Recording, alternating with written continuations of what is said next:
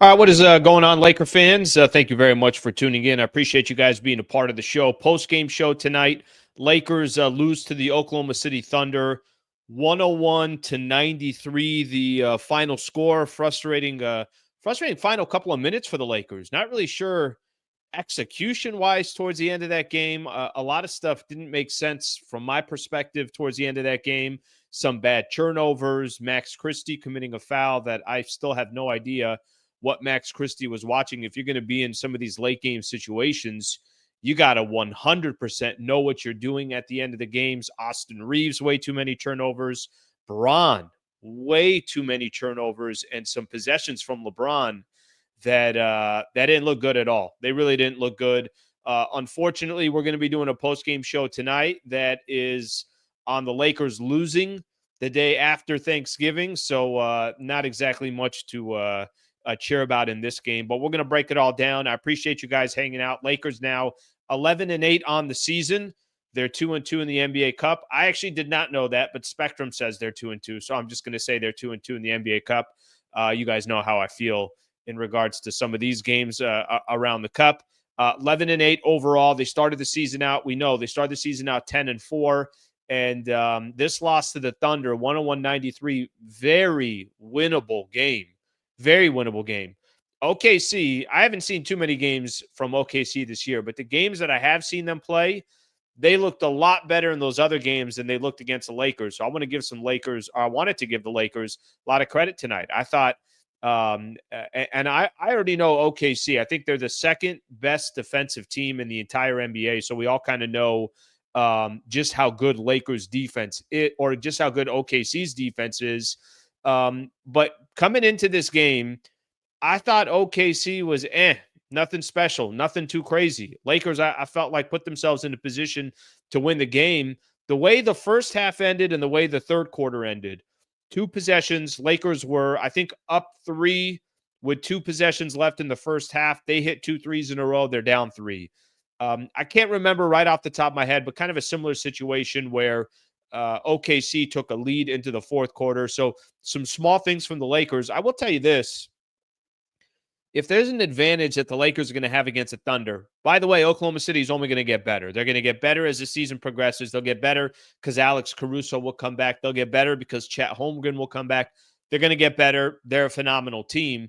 But just seeing the late game execution, a team filled with, for the most part, veterans, guys that have played with one another, it felt like Lakers were the young team that were making mistakes, making turnovers at the end. I'm seeing a stat up here right now from Spectrum, 1-4 in their last 5 games of the Lakers. I'm going to actually see here because I'm always curious once we see this. I always got curiosity. All right, we'll kind of name off who exactly those teams are. A lot of them are the teams that, I've kind of harped on a little bit and have said, hey, these are good test games. This is kind of good barometer games. Where exactly are you going to be? The only game they got W's in was the game against the San Antonio Spurs. They lost to the Suns, the Nuggets, the Magic, and the Oklahoma City Thunder. So sometimes it doesn't really matter how you lose. You just look at what does your team look like against some of the elite in the NBA and what the Lakers look like right now. They're 1-4 in their final 5 games. And like I said, it seemed like there was a lack of execution towards the end of games. If Max Christie is going to get key minutes towards the end, you got to know that you got no fouls to give, and you're sending Shai Gilgeous-Alexander to the free throw line with 22 seconds left. There wasn't even a need for a 2-for-1 anyways. You were in a position where all you had to do is get a stop, you get the ball back, and you get an opportunity to tie the game. Little things like that. You make mistakes like that against the Oklahoma City Thunder, you're going to lose a game. And that's talking about the team with the best record in the Western Conference. What happens if you make mistakes like that against teams that, even if you try to get away with that against bad teams, you're not going to get away with it against good teams. Austin Reeves passed to Dalton Connect when they're down 4. No idea what Reeves was doing. No idea what Dalton Connect was doing. Just some really, really poor execution down the stretch of that game. So I'll be curious to see once JJ Redick talks. All right, I got a couple other things that I want to talk about here. Let's talk Braun here for a quick second. I haven't said this very much, and this doesn't happen very often. Braun tonight looked old. He looked old. There's certain times, there's certain games, there's certain possessions. By the way, he's 39, he's about to turn 40. So he's clearly not played like his age for pretty much his entire career. From the moment he was a rookie and played his first game, it was like, yeah, you're well beyond your years. And at this stage, it's like, how are you still doing this at 39?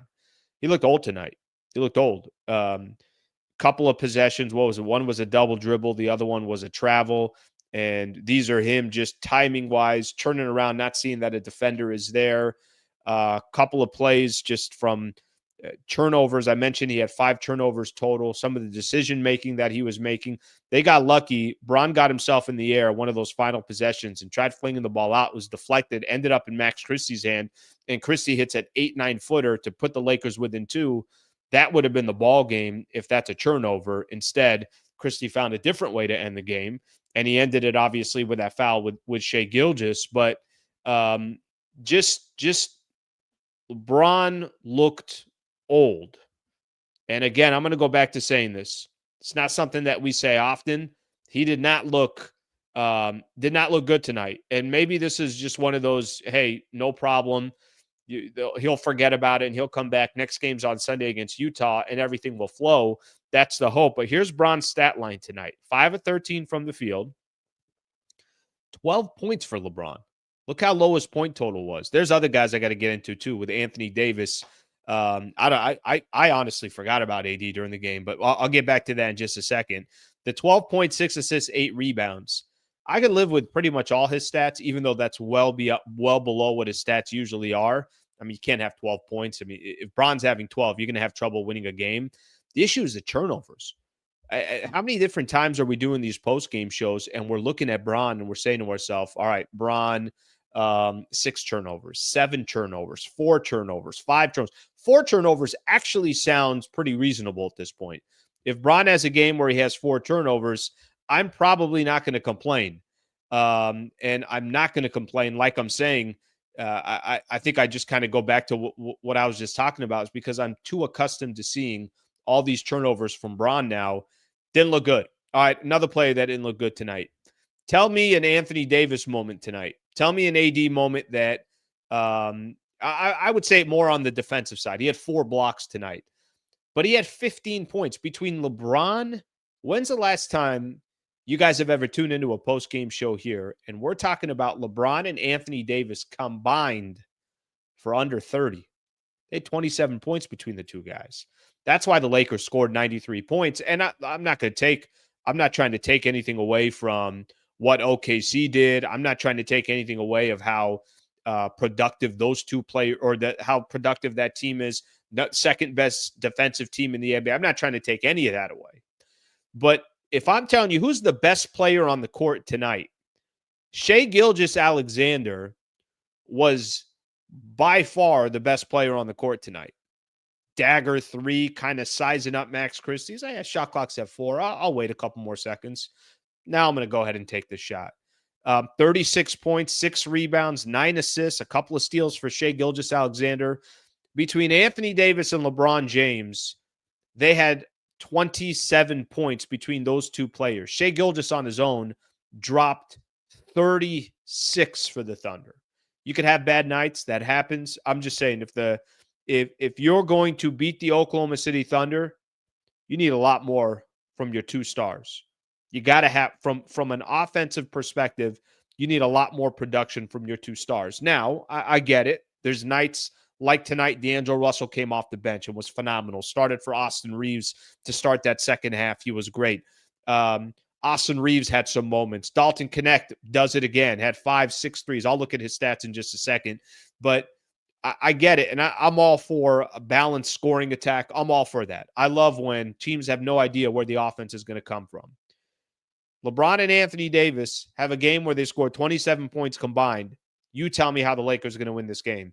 And by the way, they had a chance. They had a chance towards the end, but I don't remember Anthony Davis. I don't remember sitting there, and there were some moments. The only time I thought of Anthony Davis was when he got the ball or he got a rebound, and I was like, oh, yeah, AD. So, unfortunately, it wasn't a dominating night. You guys remember this? You guys remember last year? We were sitting here and we getting ready to Lakers looked like they had a choice. They can either play the Denver Nuggets if this was coming down to it was coming down to the play-in tournament. If you guys remember, OKC was a number 1 seed. You're like, hey, do you lose that game against the Pelicans so you get potentially OKC in the first round rather than have to play Denver in the first round? However it was, I forget the exact scenario. And a lot of people were saying, we'll take our chances with the Thunder. And I don't blame people. I understand what the purpose of what people were saying. They were trying to say that the Thunder don't have experience, that the Thunder are a team that a lot of people thought Lakers their size. This is a very beatable team. Well, you didn't get them last year. It's the first time you've played them so far this year. This was a very competitive game. It was a good game. I thought it was sloppy. Lakers 17 turnovers in this game, so there definitely were moments that the Lakers could have cleaned it up. They didn't, they certainly didn't do that. But the Thunder are only going to get better the further in the season we go. And they're also only going to get better because they're going to get some of their health back. All right, let's look at some of these comments here. And then as soon as JJ Redick talks, I'll make sure to get the JJ Redick piece into this. Or at least get his opinion on the game. Let's look at some of these supers here. We got a few. Slee. LeBron and AD are lacking. AR had a bad night again. DK needs teammates to contribute. I don't have words, brother. 1-4 in their last 5 games. 1-4 in their last 5 games. Let me look at it just because we're talking about it. I did not look at Reeves. I didn't look at his exact stat line. 3 of 11, 1 of 9 from the 3-point line. You can't have a worse night than that. He did go down with that back injury. It's interesting. He has the back injury, and then he doesn't start in the second half. He's not there, and we didn't know if he was going to be available or not. And then he just comes right out the gate, and the guy is firing away threes like he's all good to go. I'm like, hey, can you take a second? Can you give yourself a quick breather? Awful night for Austin Reeves. I didn't know he was 1 of 9 from the 3-point line. So as I sit here and I bitch and complain about Bron and Anthony Davis, take that with Austin Reeves. Between those 3 players, add that up. It's 27, 37, 38 points between Austin Reeves, LeBron James, and Anthony Davis. Damn, you're not going to win games with that kind of a combination. AR, thank you for the super, brother. I appreciate you. Let's get another one here. JJ got to get Bron to cut the turnovers. That's on JJ too. Okay, let me ask you this question. How is he going to get Bron to cut down the turnovers? What can he do? Bron's been in the league for 22 years. Isn't it predominantly on Bron? Like, I don't know how I'm going to point the finger at JJ Redick and say, hey, Bron, those careless turnovers that you're throwing, or the getting to the basket and other guys kind of tying you up or stripping the ball out of your hand or making a pass that you shouldn't make. What's he supposed to do? What are you going to bench LeBron? Are you going to discipline LeBron? Like, what are you going to do? Isn't that much more on LeBron James than it is on JJ Redick? I would say it is, but I appreciate the super and I appreciate the comment here. Let's see what else we have. We have no depth, Allen. All right, let's look at what the total bench points were. Basically, D'Lo had 17. By the way, D'Lo had a really nice night. 17, 9, and 3. Also had 2 steals. His problem is as well, he had 4 turnovers. I mean, 17 turnovers for the Lakers, 14 from 3 different players. Max Christie gave you 8. Gabe Vincent gave you 2 points, missed 2 free throws. Thank you for your contributions, Gabe. We appreciate the consistency there.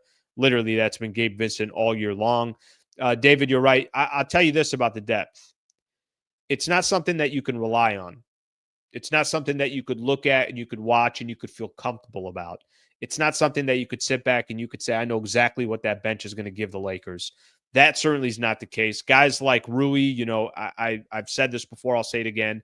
I don't know if Rui's going to give him 17 or he's going to give him 8 like he did tonight. So that's kind of, it depends. I don't know if, I feel like Dalton Connect is starting to get the role of you can depend on him, but there are not a lot of guys I think you could depend on right now for the Lakers. David, thank you for the super. Let's get a couple more of these here.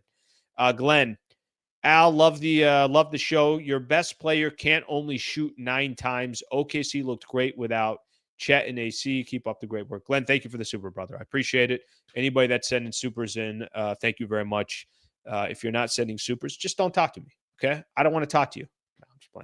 Okay, so Glenn, I'll hit this with you. You said your best player can't only shoot 9 times. I want to look real quick. Oh, I think you're talking about AD. Yeah, AD took 10 shots, 5 of 10 from the field. Listen, this is kind of going to be one of those games where when we talk about Anthony Davis and we say, remember that game where AD didn't show up when we needed him? That's tonight. Where was Anthony Davis in the fourth quarter? How come he wasn't taking over the game? How come he didn't take 18, 19 shots? Tonight's that night. How many free throws did AD take? 5 of 7. LeBron only took 2. Yeah, we've seen this before, so it's not like it's the first time that it's happened. One of the frustrations that we've always had with Anthony Davis is when there are games where we don't feel his presence or we don't see him enough, but then he could drop 35, 15 with 3 block shots in another game. And it's not like the Thunder got tremendous size. Give the Thunder a lot of credit. Last year, one of their issues were they didn't have toughness and they didn't have size. And they said, cool, we'll go get Isaiah Hartenstein. We'll go sign him. There's our size and our toughness. And then we'll also go trade for Alex Caruso. There's another defender that's definitely one of the tougher players in the NBA. They addressed it. And I'll say this as well. When you look at the Oklahoma City Thunder, every team has got to build a little bit different. Not the way OKC builds their team is going to be a lot different than the way the Lakers have the ability to build their team. But Sam Presti is arguably, if he's not the best, he's one of the best president of basketball operations in the NBA. Look at this squad. They got all these picks. They got players that are so young that are already contributing. They had the number 1 record in the Western Conference last year. They got Shai Gilgeous, top 5 player in the league. At least, most people will tell you top 5 player in the league. They got a little bit of everything. So kind of tailoring that back, this is a team that's the future of the NBA, and I'm not 100% sure. Lakers are up and down right now. 1-4 in their last 5 games. Let's get another one of these. Please notice 80 MVP matchups. He's lost twice. Yeah, I think the Jokic one was because those two were guarding each other. That, to me, that one was more they're going mano a mano if he's playing Embiid or he's playing Jokic or he's playing Giannis or he's got one of those guys. This one, I don't really know what he can do on Shai. I just know Shai dropped 36, had 9 assists and 6 rebounds, and anytime they needed a bucket, he went out and got it. If you want to say it was Shai with the ball towards the end of the game, kind of dictating what the Thunder were going to do, that is a very fair argument. But if you want to look at the other way, Anthony Davis did not have the ball towards the end of these games and was not in a position to help dictate the end of the game. All right, let's take a quick listen. Here's JJ Redick grabbing the mic right now. And not working as well.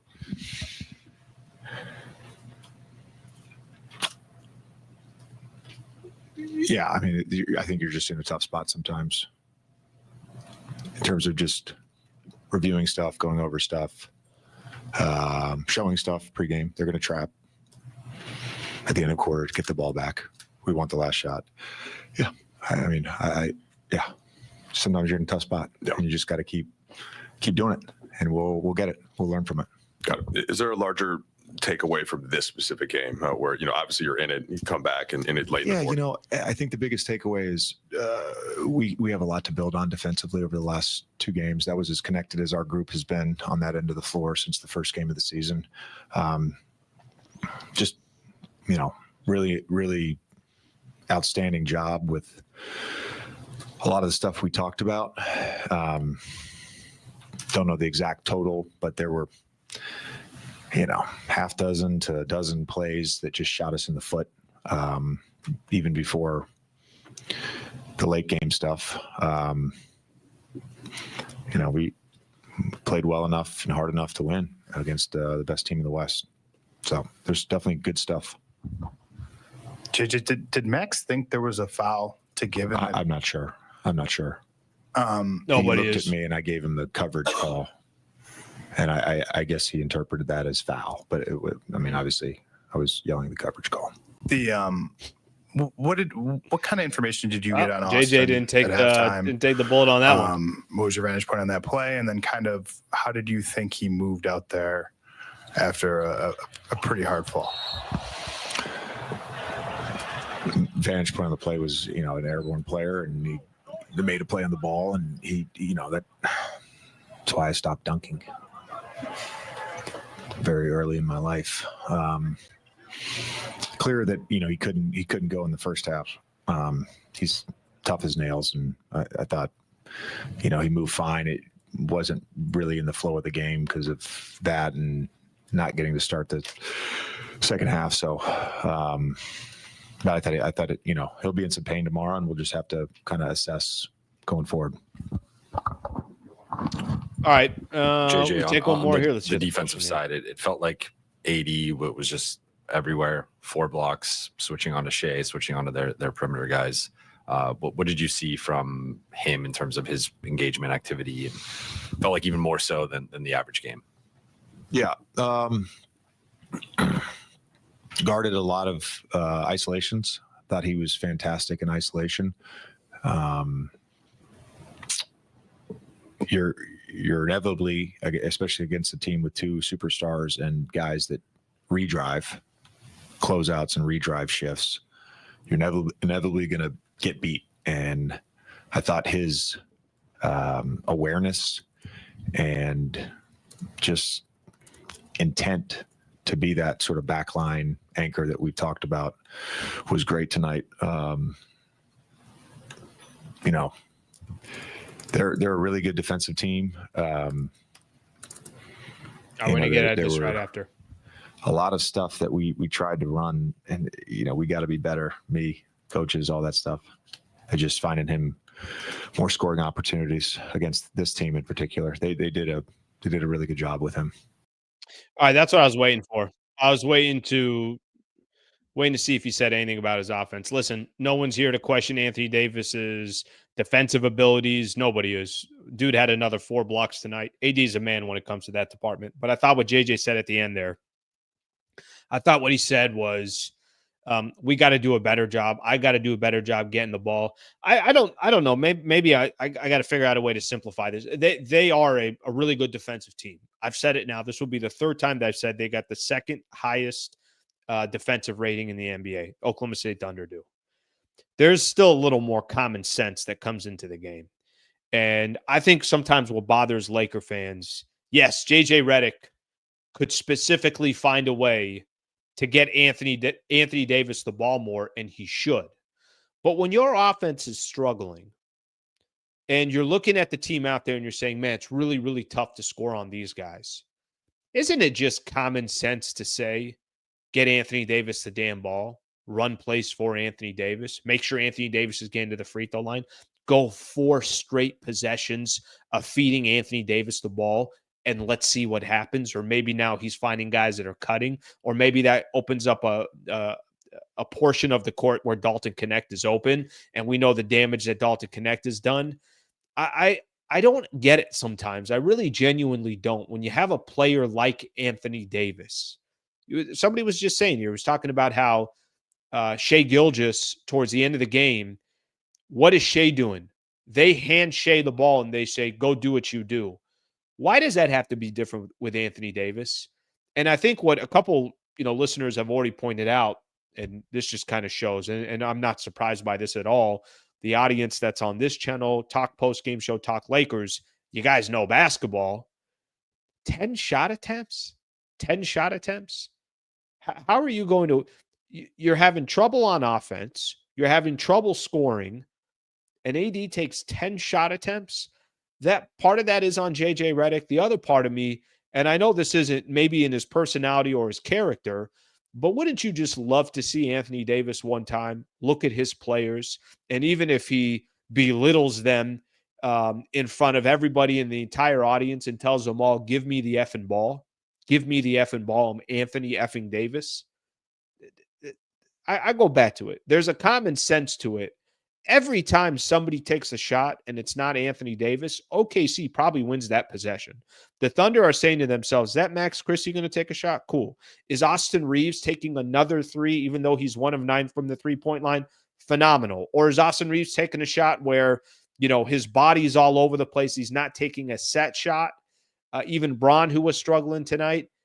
I'm sure every single time they look at all these players that are on this Lakers team and say, so AD is only going to take 10 shots, we'll take our chances. You're playing into their defense. You're playing into what they're hoping and praying happens before the game starts.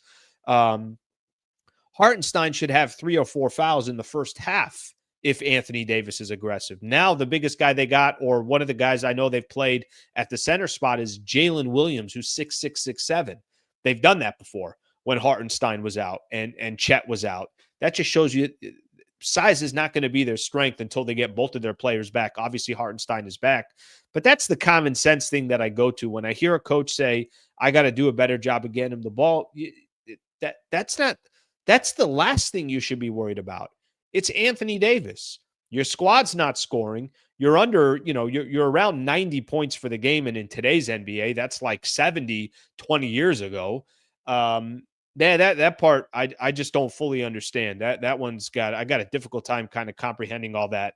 I'm going to get to a couple more of these comments here. Let me do that real quick.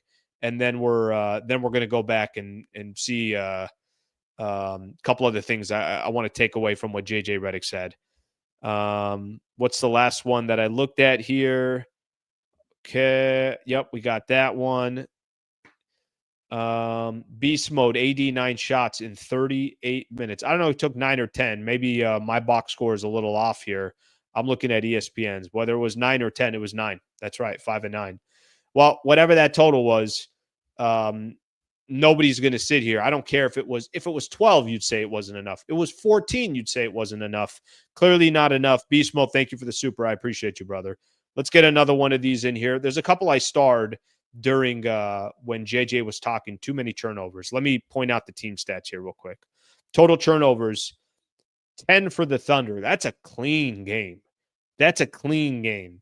For the Lakers, they had 17 turnovers. Too many mistakes. I already mentioned to you, between D'Angelo Russell, LeBron James, and Austin Reeves, there's 14 turnovers between just those 3 players. Points off of turnovers, 20-5. So there's your ball game right there. Like you honestly don't even have to look at another stat. The fact that you had 17 turnovers, they only had 10. You scored 5 points off their turnovers. They had 17. Let me find a couple more of these that I starred. AD 10 shots. We've seen this movie like 100 times. You're not wrong. I got no argument there. I think, so far this year, there were a lot of times when we're talking about Anthony Davis and having a shot at, potentially, can he do this consistently? Can he be there every single night? Can he be a top 5 player in the league? That's been the conversation. And don't get me wrong, AD has been phenomenal this year.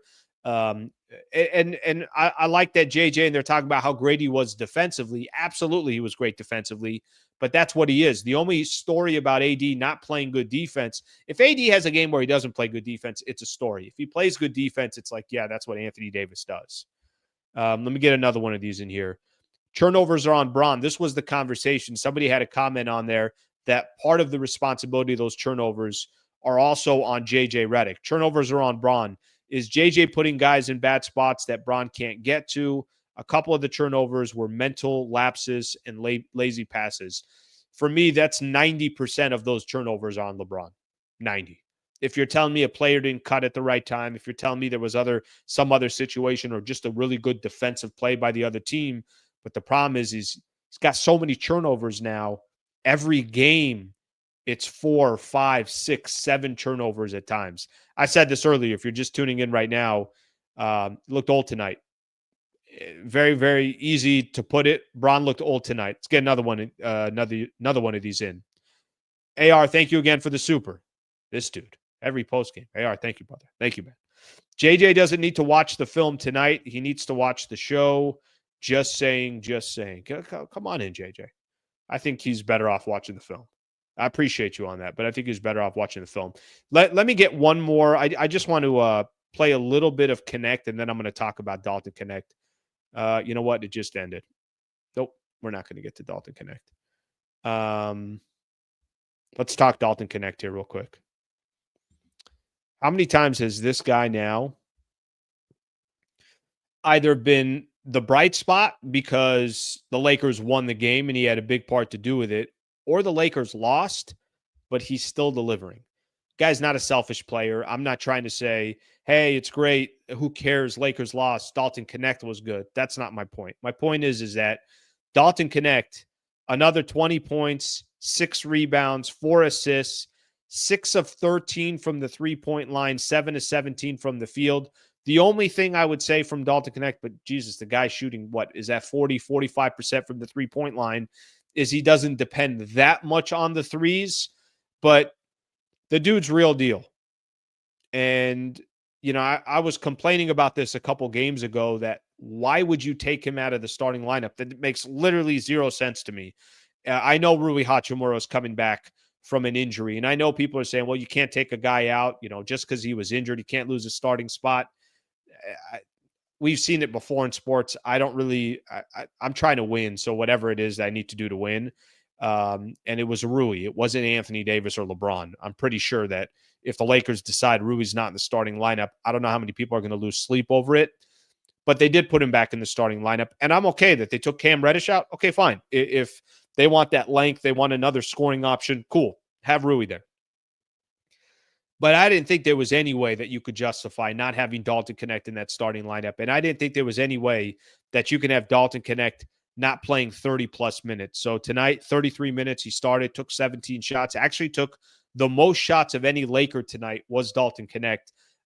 Continues to come through. Not the most efficient night. 7 of 17 is not something that, you know, you're going to go bragging about, but he's such a prolific shooter and is such a gifted scorer that you'll take your chances on a night that, what did he score? He literally scored over 25% or over 20% of the team's points tonight. So that just kind of gives you an idea what he was able to do. Another guy I'll give some love to as well, D'Lo, 6 of 11 from the field, 4-9. D'Lo's night tonight reminded me of 17-9, by the way, for D'Angelo Russell. It reminded me a little bit of last year, where he'd have those moments where he'd just go unconscious and he never just didn't think at all about the shot, wasn't too worried about, well, if I miss this shot, is this going to happen? Had the green light, and clearly was coming through for the Lakers, but not enough for the Lakers, 101-93. But those are two guys I wanted to point out specifically because of what I said. Last thing I'm going to say here from what JJ Redick was talking about. He said with Max Christie. Clearly Max Christie confused himself, and he's looking at his coach, and this is the young part of Max Christie, but I'll go back to a common sense theme again. You can't have that miscommunication. If you're Max Christie and you're in the game, late game situation, you have to know what your coach is communicating to you. Because what's going to happen now with JJ, with 2 minutes left in a game, it's impossible that he doesn't have a little hesitation to say, can I trust Max Christie at the end of this game? You saw LeBron and Anthony Davis looking at each other like, what just happened? What do we must have a foul to give then. Nope. Shea is just going to the free throw line. But listening to JJ basically say, I mean, you want to talk about throwing your own player under the bus. JJ's like, come under here. Come under here. The youngster, the third-year player, was like, yeah, that had nothing to do with me. That was on his ass. But that's just a mistake you can't make if you're Max Christie. And I don't know what the miscommunication was, but I guess it's better that it was on a player and not the coach, because if it was the coach that was telling him foul, and, you know, obviously he's wrong, that's just a really, really bad look for JJ. But little things like that, we're not in high school. We're not even in stuff like that doesn't even typically happen in college, but in the NBA at the pro level against the Oklahoma City Thunder at home, day after Thanksgiving, can't make mistakes like that. That's a bad mistake on his part. All right, let's keep going here. Let's see what we got here. I just read ARs. Let's keep going. David, do you see a big trade in our future? I guess the question I would have is, what would you define as a big trade? I don't see a blockbuster trade going down, but I definitely see the Lakers doing so. I've been saying this for a while now. They're not going to the trade deadline without making a move, because there's just basically no point of having LeBron and Anthony Davis on your team. And if your goal is to compete and you're not shopping those picks, like do one or the other. Either say to yourself, all right, we're not in a window to try to win an NBA championship, and then go start making moves to go get draft picks and start that rebuilding process, or just the whole process behind Anthony Davis. But they're clearly not doing that. This is LeBron just signed a 2-year deal. So because everybody knows that the Lakers are trying to compete right now, they're going to eventually, hopefully, improve the team when Vando comes back. I don't think they'll make a blockbuster trade, but I definitely think they will make a move that will put them in some type of a position where they're trying to just compete with the rest of the Western Conference. But these last 5 games where they had really good tests, you had a test against the Thunder, Denver, Phoenix, and Orlando got you as well. The only win you got was against the San Antonio Spurs. That's the only W that you got. All right, let's take a quick listen. Here's Bron talking. Let's hear what he's got to say. They do a good job of getting their hands on loose rocks out there, 50-50 balls. It's a good team, really good team. Yeah, definitely forced a lot of turnovers, took a lot of offensive rebounds too. Are those 2 areas where you'd say we needed to improve tonight? Well, I mean, when you're Shea and helping a lot, especially against Shea and J-Dub, they have a numbers game on offensive rebounding, but we got to do a better job of trying to clean glass and do a much better job of not turning the ball over as much. What can you guys do in a night like tonight to get AD more involved if the team is doing so much to try to take him away? You just said it. I mean, so is the proper play then to go to others? No, not that. I mean, we every time we cut the ball in the post, they had one guy at the elbow that was doubling from the baseline as well. We all got to do a better job of trying to keep him involved offensively because we know what it does for our offense. I think it's just one of those games where I don't think anybody was much in the rhythm besides Dalton. How much of that was due to kind of just like it was almost like a fight out there for a lot of it? Austin took a big fall. Yeah, for sure. Took a pretty big hit. Like, just how did the physicality of the game from both sides kind of muck it up? No big deal to me, obviously. I like when the game is played that way. I wish there was more regular season games allowed to play that way. There's a natural, I think, lifespan for all right, we'll get one more in. Growth span for teams for Oklahoma City. This is your first chance to see them this year. Do you feel like they've taken a jump, having gone through what they went through? Yeah, I think they're taking a jump, but they're also missing a big piece to the check. So AC being out as well, so they'll make another jump. But a really good team, well coached. All right, that's Bron right there. I'm going to stop that. I think we heard enough. The only other player, if AD talks, I don't know if he will. I'm sure these guys, what do they got? They start a road trip coming up on Sunday. They're in Utah. We'll get to that in just a second. So I don't know if he'll talk. If he does, we'll get to it. If he doesn't, then we won't. A couple more of your comments here. We'll just keep going. This is coming right off that, right after Bron talking. Carlos, LeBron is cooked. All his numbers are empty stats. They don't add up to meaningful wins anymore. It's all performative. Start the rebuild. It's time. Spend a second on this. Appreciate the super. By the way, a lot of supers tonight. Thank you very much for doing so. If you didn't send a super, all good as well. I appreciate you guys just being a part of the chat. I was just saying this about the start the rebuild, whatever the case. There's no rebuilding. They're not rebuilding. They're trying to win right now, period. They're trying to win right now. And I don't know if they believe – I've talked about this before. There's tiers in the Western Conference. There's tiers in the East, and there's just tiers in the NBA. Lakers are clearly not in that top tier, period. By the way, I'm not even sure in the Western Conference, other than OKC, I don't know what the hell Minnesota is. I'm assuming Denver's going to be there when the dust settles. I'm assuming that Dallas is going to continue to get better.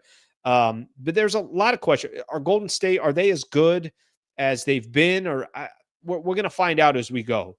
But I'll tell you what I do know about the Lakers. The roster that they currently have, if you're talking about being in that top tier, they're not going to be in that top tier. They have to make some type of a move.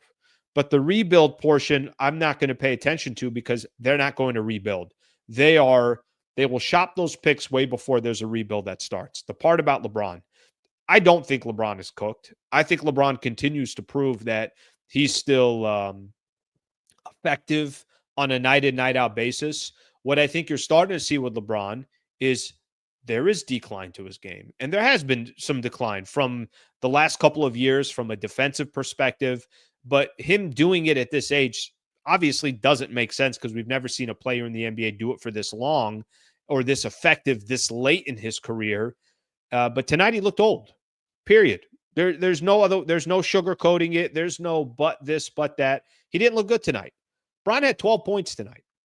Problem is AD, a man that is in his prime, had 15 points tonight. That the both of those players combined was 27. If you told me AD dropped 30 and he was looking around saying, Bron, I need more from you, that's a different conversation. But Bron only had 12 and Anthony Davis only had 15. So as much as I want to go at Bron, I'm looking at AD on the other side, and I know AD is doing more. He's getting more attention defensively. He's doing what he can on the defensive side of the ball. But clearly that wasn't nothing was really working for Bron tonight. And the turnovers just killer. If JJ can't stop turnovers, it's on AD to call for the ball. Yeah, I don't disagree on that one. Thank you for the super, by the way. It's 100%. I'm always going to look at the player before I look at the coach. For a player like Anthony Davis, yes, JJ Redick can go out of his way to call for the ball and everything else, but I always go back to certain players. Like, do you think Kobe was waiting for a play to be called up for him, drawn up for him? You think Shaq was waiting for a play to be drawn up for him? I know these are icons of the game, but I'm giving you examples. You think Joel Embiid's waiting for the Giannis is waiting or Jokic is waiting? These guys don't have to wait. They're the freaking top players in the league. You're a top player in the league. You don't have to wait. You think KD is waiting for a play to be drawn? KD, give me the ball. LeBron, give me the ball. Anthony Davis, there's not enough of that. There's not enough of that from Anthony Davis where he's demanding it. Let's see what else we got here. AR decision-making was awful and bad shot selection. Yeah, the guy's never set. I know sometimes that's his shot. I know this is how he gets to the basket, how he gets to the free throw line. I know he gets some of those and ones. He got one late in the game and then missed the free throw. I know that. I got all that. But a lot of the times he's just all over the place, kind of flailing all over the place. And I mentioned the 1 of 9 from the 3-point line, so that kind of says it itself right there as well. Thank you, Beast Mode, for the super. Arthur Johnson, how does AD have 9 shots? Is he a role player now? No, he's not. I know. Trust me.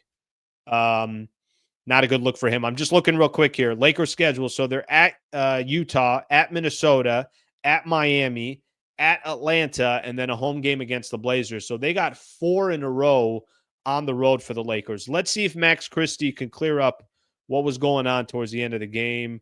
Hopefully I catch him in time here. Take a listen.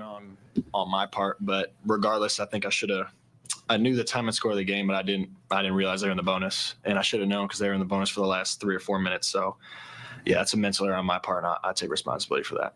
I know you're hard on yourself. Is that one kind of sting for you? And how do you mentally get past that? Yeah, no, it definitely hurts. That was a game that's the best team in the West record wise. So we were right with them, and I think we definitely had a really good opportunity to win the game. And I'm not going to say that my mistake cost us the entire game, but it was definitely probably the biggest one of the game. So, it is what it is. I got to learn from it. So. Max, where do you feel like you guys are at overall now, coming off of that trip? I'll say this while once he gets to his answer here, took it on the chin. That's all you could do. Trying to be a professional. I don't think anybody's questioning his effort. He had a really bad lapse at a game, and I like what he said. Where my play was not the reason why we lost, but it definitely had an effect. Scored. So I think we're in a good spot, to be honest. I think we just gotta, continue to stay with each other and grow upon this loss. I got to learn from it. So, I don't think we're worrying right now. All right. They don't have to worry, but I don't think a great spot. They've lost. They're 1-4 in their last 5 games. So I think that takes away the the great spot portion. Let me just finish this from Arthur, who sent the super in. Had his AD 9 shots as your role player. Obviously, he's not, but not a night that we're going to remember for Anthony Davis. Yeah, I don't agree with the whole in a great spot. I mean, think about that. Think about that for a quick second. In a great spot does not mean you can't go 1-4 in your last 5 games and say we're in a great spot. You just can't. Right? I think the honest answer is we're in a tough stretch right now. We're obviously to start 10-4 and now be 11-8. We're not happy about it. We feel like we should have done a lot more. We had a chance to win this game, and we didn't make it happen. Best team in the Western Conference. I put that on myself as well. I can't have those. I don't know if we're in a great spot. And I'm not telling you they're losing sleep tonight. Well, they might lose some sleep tonight, but I'm not telling you that they're saying to themselves, oh my gosh, we're not going to make the playoffs. I'm just saying that the start that they had, it looks a lot different now. Where are they now in the standings? Let's take a quick look here. So tied with Dallas, 6-7. I mean, listen, there are a lot of teams all clogged together. Houston's got 6 losses. Golden State's got 6 losses. Memphis and Denver have 7 losses. Lakers and Mavs have 8 losses. Clippers lost by a game or by 1 today against Minnesota. So all these teams are bunched together. All these teams are bunched together. So that's the best way that I can put it. The world's not going to end, but they're missing out on some opportunities. And when you're playing good teams, they obviously have not passed some of those tests here in some of these good games. Let's get another one here. Austin should have stayed out of the game. D'Lo was smooth. It's been a while. I agree with you that it's been a while since he was smooth, but it was good to see him back. I mean, you don't want to see Austin Reeves down. Let's get another one here. I think this is on LeBron. He used to get to the rim and draw fouls. I don't know if that's Bron or if that's somebody else here. I might be coming late to this one. Bron killed the momentum, and D'Lo should have closed over AR. Tonight, I wouldn't have had a problem with that. Yeah, AR didn't have it going. If we're going to give JJ Redick, we're going to say, hey, this guy's not stubborn. He goes with what's happening. That's actually, I think, a good observation. I would have had no problem with D'Lo closing out that game. Let's keep going here. All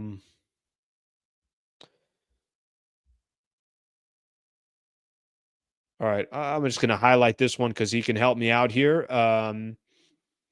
Like and subscribe to the channel if you guys don't mind doing that. I appreciate that very much. Thank you very much for doing that. All right, let's get another one here. 0 chance JJ sits AR at the end. I don't disagree with you that he probably will have him starting the game, but it doesn't mean it's the right decision. I think that's safe to say. I don't disagree. I don't disagree that he'll probably play AR at the end of the game, but I like that observation from, I already forget the name here. I don't disagree with tonight. If there's a game that you're saying, let's have D'Lo finish this game, let's have AR sit, it's tonight. And if it's not tonight, then it's not going to happen. I mean, Reeves was 1 of 9 from 3. D'Angelo Russell was 4 of 9. 3 of 11 from the field was Reeves. D'Lo was 6 of 11. So clearly, and on top of that, he had 9 rebounds, a couple of steals. So clearly, D'Angelo Russell was more effective tonight than Austin Reeves. But I agree that they're probably not going to do it. They're probably not going to do it, or at least he's not going to do it. Let's forget the Lakers game tonight. Your Thanksgiving it looked phenomenal. All right, okay. I put out David. Thank you, man. I appreciate it. By the way, I hope everybody had a great Thanksgiving. We're going to be coming up to an end here. We're already at 48 minutes day after Thanksgiving. What the hell's going on here? Hope everybody had a great Thanksgiving. I did put out a video. I kind of was telling, at least I was telling people from the morning show, 8 a.m. to 9 a.m., by the way, on YouTube, Monday through Friday. So talk Lakers, but we're talking predominantly SoCal sports and whatever's topical. I told everybody, I was like, you know what? I'm going to put out a video of the Middle Eastern spread, that Middle Eastern spread that's out there. And you can go, I put it on one of the shorts for YouTube on the channel. You could see the whole video. I put it on Twitter and Instagram as well. We did good out there. We did good out there. A lot of good food. A lot of good Middle Eastern food. Basically, it's all Middle Eastern food and then a turkey. I'm trying to tell my family, like, I don't know if you guys know how this works. But we had mashed potatoes this year. Mashed potatoes, there's like an 18% chance we have mashed potatoes. We had mashed potatoes this year. Randomly, there was lasagna as well. I don't know where the lasagna came from. I don't know who made the lasagna. Of course, I had a piece of lasagna. Kidding me? But then we had all the other Middle Eastern food, the kebabs, the kubba. I don't know if you guys know what any of this stuff is. Dolma. Had the yellow rice with the curry. A lot of good food. A lot of good food. All right, let's get one or two more here, and then we're going to get the hell out of here. Can't sit Reeves because his contract is so good. Their contract basically, you could sit him. If Reeves, listen, if we're doing this off contracts, there's a lot of Laker players that either should be getting less playing time or no playing time at all. I mean, what do you do then with Gabe Vincent's contract? What do you do then with, I mean, you pick. There's definitely players out there that are not playing up to their contract. So I don't think it should be done off contract. All right, that's 50 solid minutes right there. So next Lakers game, I mentioned to you guys, let's take a quick look here. What time is their game against the Jazz? 5 p.m. tip-off on Sunday night. So game will probably be done, let's call it 7:30-ish. We'll come back on here. We'll talk Lakers basketball. We'll do a post-game show on here. So that is all I got for tonight. I appreciate all the activity. A lot of people hanging out, chilling and watching some. I'm sure a lot of people are watching the Laker game, and then obviously a lot of people watching the post-game show as well. Let's get a win on Sunday. We'll see if the Lakers are able to do it. I'll be back here on the post-game show on Sunday night. Please subscribe to the channel. Like the video if you like it. Thank you for hanging out. Lakers lose to the Oklahoma City Thunder, 101-93. They've lost 4 of their last 5 games. We'll see if they can make that change coming up on Sunday. Thank you, everybody. Hope you guys have a great rest of your Friday. Hope you guys have a phenomenal weekend as well. And then I'll be back on Sunday night. Have a great rest of your night. Thanks, guys.